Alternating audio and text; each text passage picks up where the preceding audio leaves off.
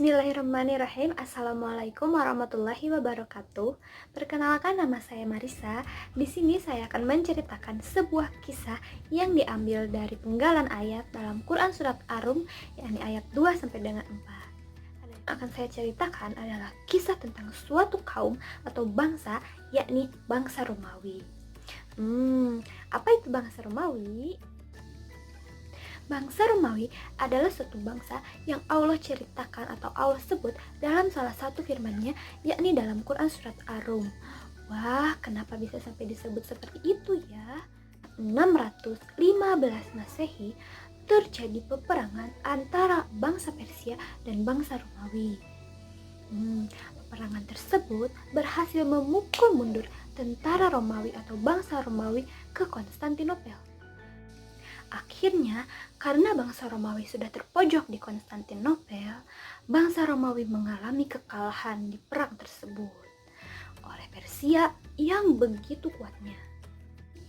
Karena kekalahan tersebut, banyak sekali ahli yang berkata bahwa bangsa Romawi ini tidak akan mengalami kemenangan kembali ataupun sulit sekali untuk mempertahankan negaranya.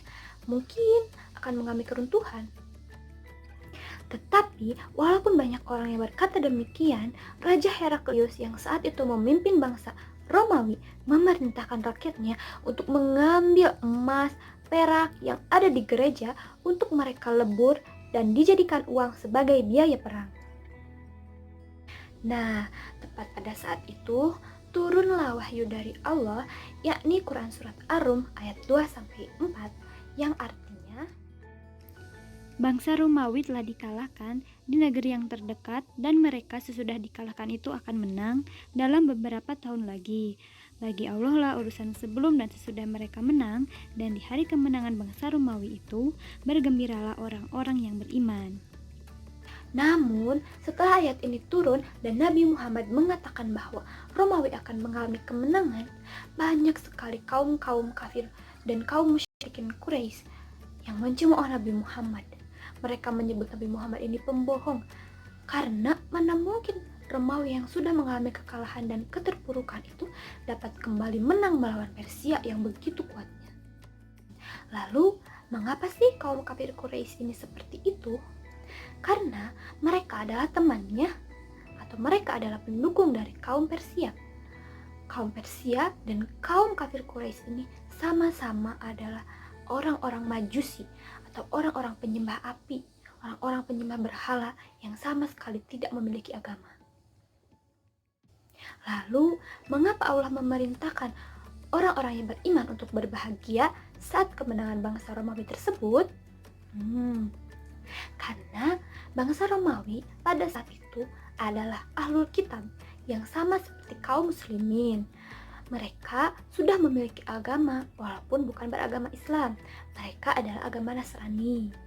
Mereka ini percaya akan adanya Tuhan. Setelah diturunkannya ayat tersebut, kurang dari 10 tahun, atau tepatnya pada tahun 622 Masehi, kembali terjadi peperangan antara bangsa Romawi dan bangsa Persia.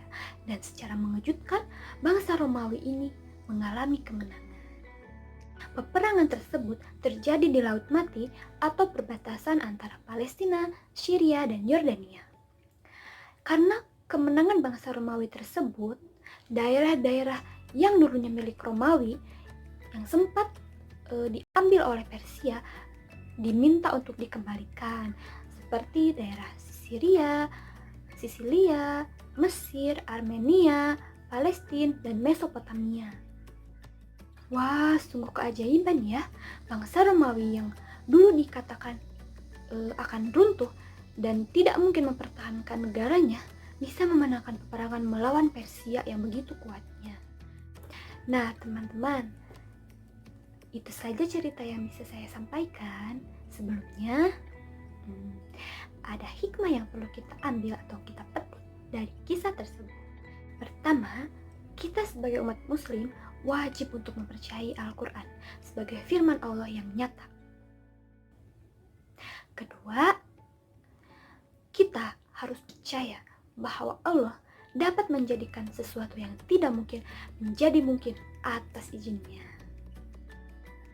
Nah, rupanya sekian cerita yang dapat saya sampaikan. Semoga dapat bermanfaat untuk saya dan teman-teman semua yang menonton. Terima kasih. Wassalamualaikum warahmatullahi wabarakatuh.